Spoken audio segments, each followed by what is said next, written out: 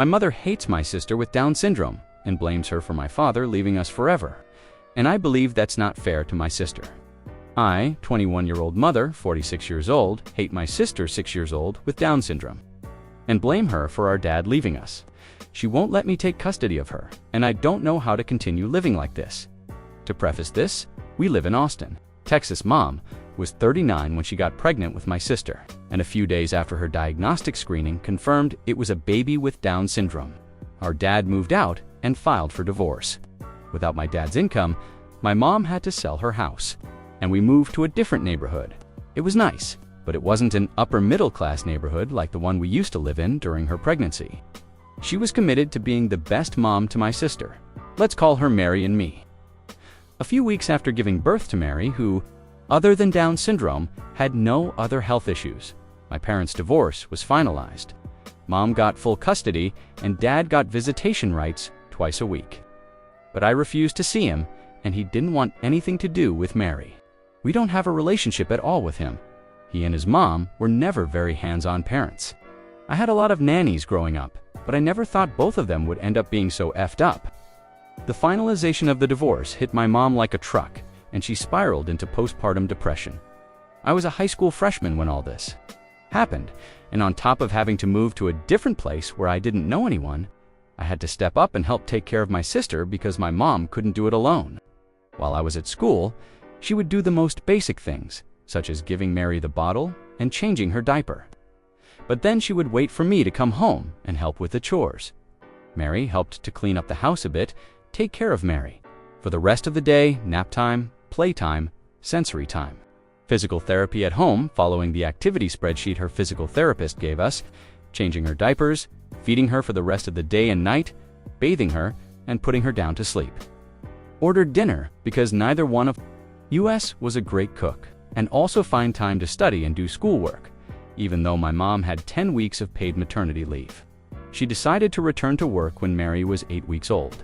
She did find the best daycare for her, and I was honestly relieved knowing that Mary would be properly cared for while I was at school. My mom started to get better once she was back to work, but she still didn't care that much about Mary. So I called her sister, my aunt, and told her everything. She offered to find my mom a good therapist and pay for it. My mom agreed, and she started therapy. Something I feel is important to mention about my aunt: she married into a wealthy family and lives in Georgia. She has 3 daughters and a son ages 16, 20, 23, and 25, and she's very conservative. While she's never openly talked about Mary having Down syndrome, it's visible that she's bothered by it. She's especially bothered by the fact that my mom lost a good marriage and a good home because of Mary. She never calls for Mary's birthday, but she does wire me $200 to get her a present every single year. It's a pity that money is needed to acknowledge that Mary exists, and that's it. I'm waiting for the day I'm financially stable enough to give her back all the frickin' birthday money she sent us over the years. During high school summer breaks, my mom would be angry with me because I refused to work and make money for my expenses. My father did pay around $2,000 in child support for Mary and me, but that money would go towards our health insurance, and whatever remained would be for me to buy anything Mary and I needed that wasn't food, medicine, or gas. I didn't want to work because summers were the only time of the year I could have some time for myself. Every summer, Mary would only be in daycare a few times a week for a few hours, while I would do housework and run errands, and we would spend the rest of our time together. She certainly had some development delays, but by the time she was 3.5, Mary was already walking, talking, sleeping in her big girl bed, and she was potty trained. All of that because I worked with her, and I did whatever I could to make sure she was as independent as possible. My mom stopped seeing her therapist, and she'd already been off her antidepressants for a while. She was no longer struggling with depression. She just regretted having Mary, and making peace with that was the hardest thing I ever had to do. I always hoped that she would get better and that she would come around, but no medicine could help the way she disregarded Mary. I graduated from high school, and even though I had known for years that college wouldn't be a part of my reality, it was a really painful time for me because it was something I wanted. Still, after a 1-month trial period at my friend's mom's event planning agency, I landed a full-time, well-paying job. Mom and I were a bit financially stressed because my portion of the child support ended when I turned 18. So this job saved us. I was so excited to finally start saving money and to give Mary her room since we were sharing one. But since I got a new job, my mom decided to cut her hours and only work part-time because she was tired of being the sole breadwinner and she deserved to slow down and semi-retire. I was pissed off because I had to pay for roughly 70% of all monthly expenses for the household. While she would pitch in here and there and spend the rest of her money however she liked, she no longer felt obligated to financially contribute. I ended up getting a second job a few months later. It wasn't a full-time job because I worked from home and I got to choose my projects. I basically booked social media influencers with companies and helped them figure out if they were a good match for advertisements and campaigns. It was easy and I was able to make an additional $800 to $1,500 a month. After about a year, I had saved enough to buy a good used car. My mom did get me a used car for my 16th birthday, but she didn't want to pay for all the repairs it needed. So I spent over 3 years driving Mary and me in an unsafe car. I was proud of myself, so you can imagine the absolute shock that ensued when my friend called me to ask me why I was selling the car I just got. My mom posted photos of my car on her Facebook and put it up for sale because, according to her, I didn't need a fancy car. She said we could split the money and I could get a more cost-effective car since I had to be more responsible with my finances. The argument that followed was our biggest one yet, and we ended up establishing some strict rules when it comes to our relationship. From that moment on, our mom became like a roommate to Mary and me. I stopped calling her mom and started using her name. I did find comfort in knowing that Mary wasn't alone in this. Our mother was treating me the same, and it was not us. It was never us. She's just someone who never should have been a parent. I remodeled an upstairs office in our home and turned it into Mary's safari-themed bedroom. I got us annual Disney passes. We travel and go on little road trips together. I've learned to cook pretty well, and Mary loves helping me. I have 3 friends I consider family who love Mary and me unconditionally. It's a good life, a great freaking life. So I hate the fact that I'm subconsciously victimizing myself because of everything I've kissed once. I've been on 2 dates with 2 different guys. I've never had sex.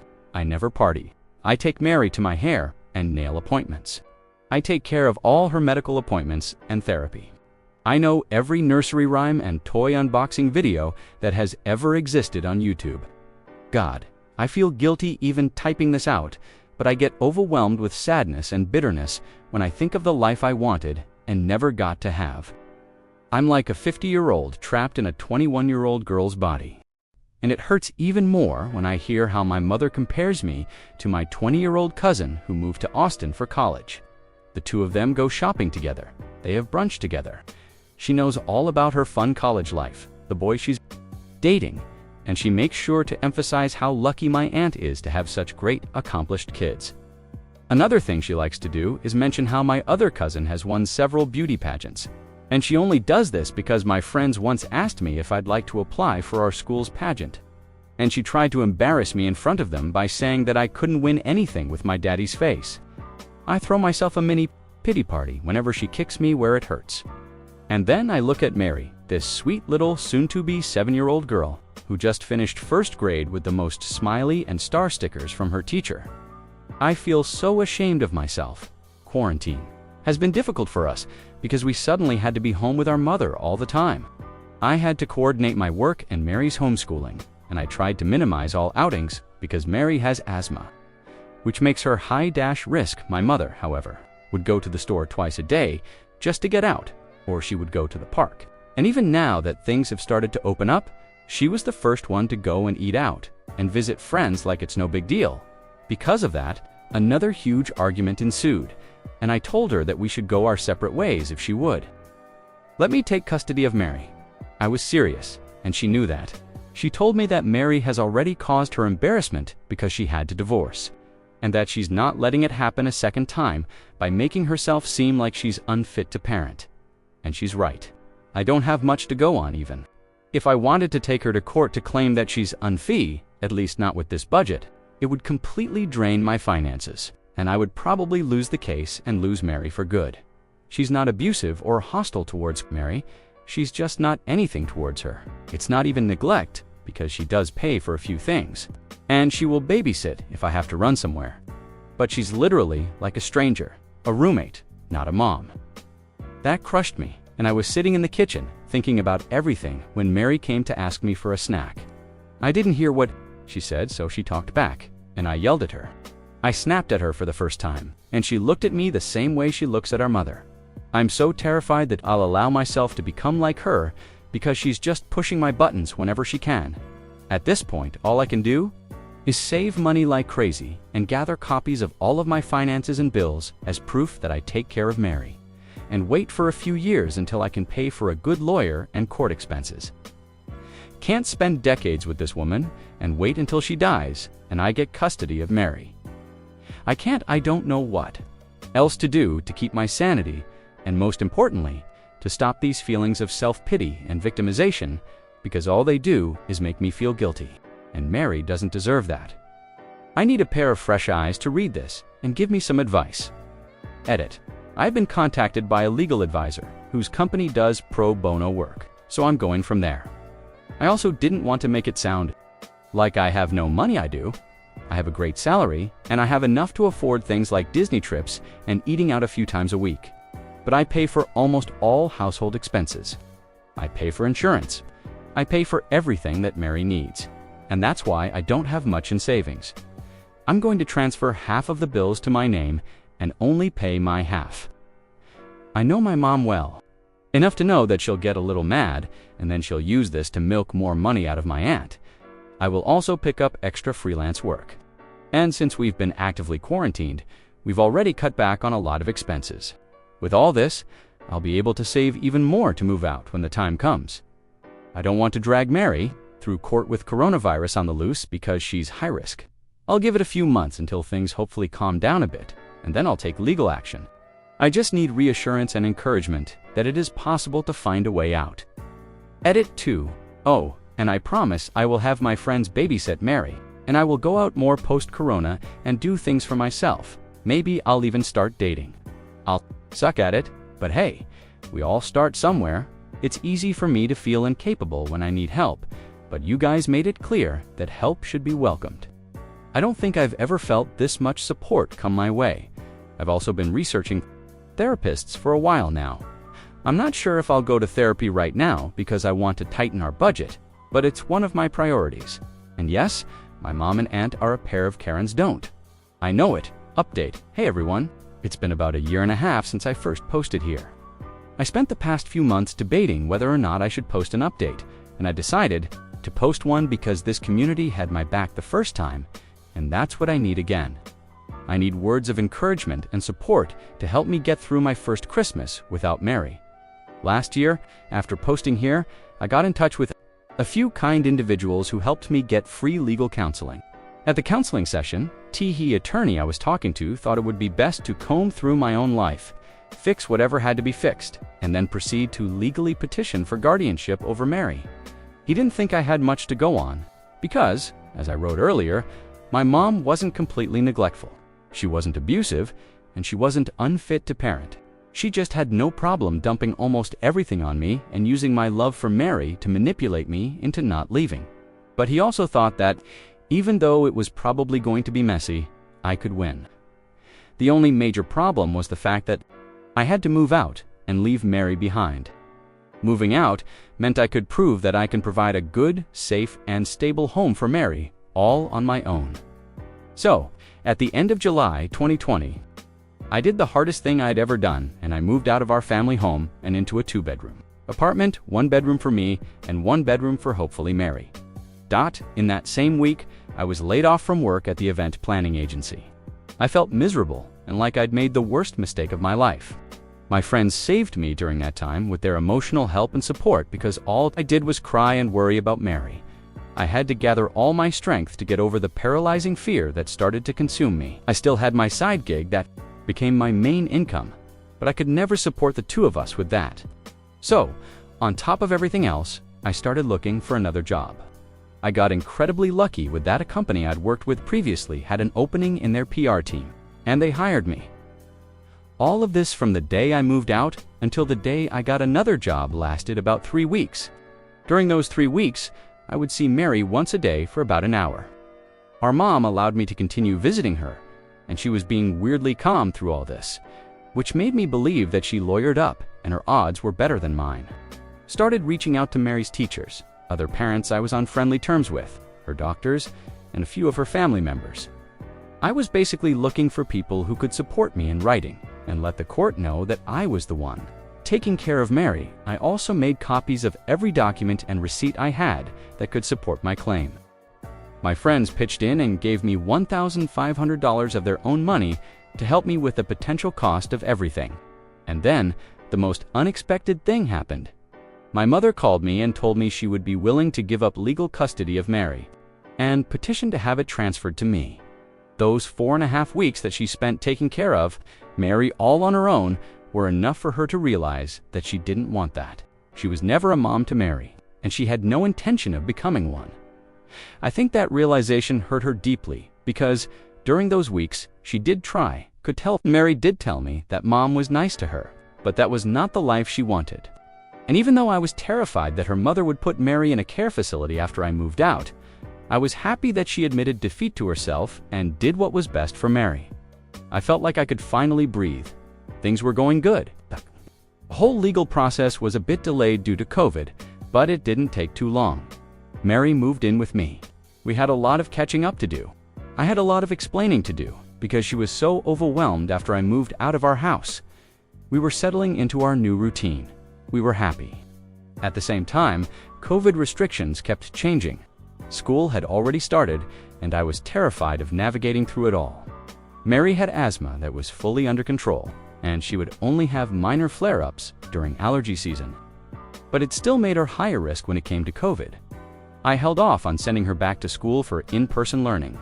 I worked from home Tuesday through Friday and only had to be in the office on Mondays. During that time, Mary would be at home with a nanny who was tested every time and later on was vaccinated too. But the isolation was slowly getting to Mary as she was highly social. So I agreed to take her to 1 playdate a week and 1 outing of her choice per week, which was usually shopping. We did go on daily walks and little trips to nature, but that was usually just the 2 of us. Sometimes one of my friends who was also COVID safe would join us. None of it was enough, should I say. All of it was too much. None of the precautions were enough, and all the little outings I decided to make possible for her were too much. I lost Mary to COVID in February of this year. One morning, she woke up with a fever, and I knew her symptoms developed rapidly. Her lungs lit up like a Christmas tree on the X-ray, and she was hospitalized. On day 2 of her hospital stay, she had to be put in an induced coma and placed on a ventilator. She was doing well for the first week, and then her blood pressure started dropping rapidly. My heart shattered into a million pieces when I saw the caller ID on my phone at 11:26 p.m., and it's been that way since. Our mother, who is fully blaming me, has moved back to Georgia to live with her sister, and I've been both alive and dead since the day Mary died. I haven't visited her little grave since the funeral. I pay someone every week to go to her grave, leave flowers for her, and clean up the previous ones. Sometimes I go to the graveyard, multiple times a week, and I just stand by the fence without moving forward. I'm angry and miserable and numb and heartbroken all at the same time. I've distanced myself from all my friends who are still not giving up on me, but I can't bring myself to accept their help. I feel undeserving of it. I feel responsible and guilty, and like the only way I should be allowed to live my life is in complete pain, because if Mary doesn't have a happy ending, why should I get to have one? I know I need help in therapy, and I have to learn to live with this, but I don't want that now. I want to spend my days in silence, talking only at work when I have to, and I just want to barely survive. I don't even feel worthy of suicide because my brain is telling me I'm undeserving of the easy way out. But if I share this with you, I'm grasping at straws here maybe. Someone will say something that will give me a drop of strength to at least get through the holiday season. Nobody loved Christmas more than Mary, and these days the pain is suffocating me as I look around and see how festive everything is. But the pain is the only thing I have now as a reminder of how much love I had and still have for Mary. I feel like a grain of rice being crushed by a mountain of horrible emotions, and right now. This is the only way I can ask for some form of help through all of the guilt and shame I'm feeling. TL. DR. I got custody of my sister and then lost her to COVID. Edit. Reading through these comments and crying my eyes out at how unbelievably kind everyone is. Edit. 2. I'm sorry for not being able to disclose everything without doxing myself. Mary was hospitalized for weeks. She was doing well for the first week, but anyone who has been on a ventilator themselves or knows someone who has also knows it's a very, very slow process. Unfortunately, I wasn't given a lot of hope in week 2 and the following weeks. At the time of her death, Mary was COVID negative, but her little body was so tired from fighting, and her blood pressure was the first thing to worsen her already fragile condition, so even though she was negative to the virus when she died, it's still what took her away from me. Without it, none of this would have happened. To everyone asking to send me something, I'm grateful, but I refuse. You can always give to those who are truly in need. I'm doing okay financially. First, reaction from Misbehave. You have been so strong and such an amazing sister. You gave Mary the best life she could have, and you should not regret it. She was loved and happy. You did that for her, and you need to do that for you too. Mary wants her amazing sister to be happy. I wish I could give you a big hug. I'm so sorry you're in so much pain, but you need to stop punishing yourself. Let your friends in, let them love you, the way they loved Mary and the way she loved you. Here are my thoughts on the story. This story wrecked me in the best and worst ways. Here's why it matters. At 21, this sister basically became a superhero. She fought for custody, juggled jobs, and turned her life into a love letter for Mary. But here's the brutal truth. No one talks about sometimes doing everything right still ends in tragedy. And that's not failure. It's just life being a merciless garbage fire. What gets me? Her mom had one job after losing custody. Just don't be a Disney villain and still managed to blame Opie for COVID. Ma'am, the audacity. If there's a lesson here, it's that family isn't DNA. It's who shows up to build the damn Lego castle. And to Op, Mary didn't lose her battle, she won at love because of you. Now, go eat some terrible holiday cookies and let your friends hug you. You've earned it.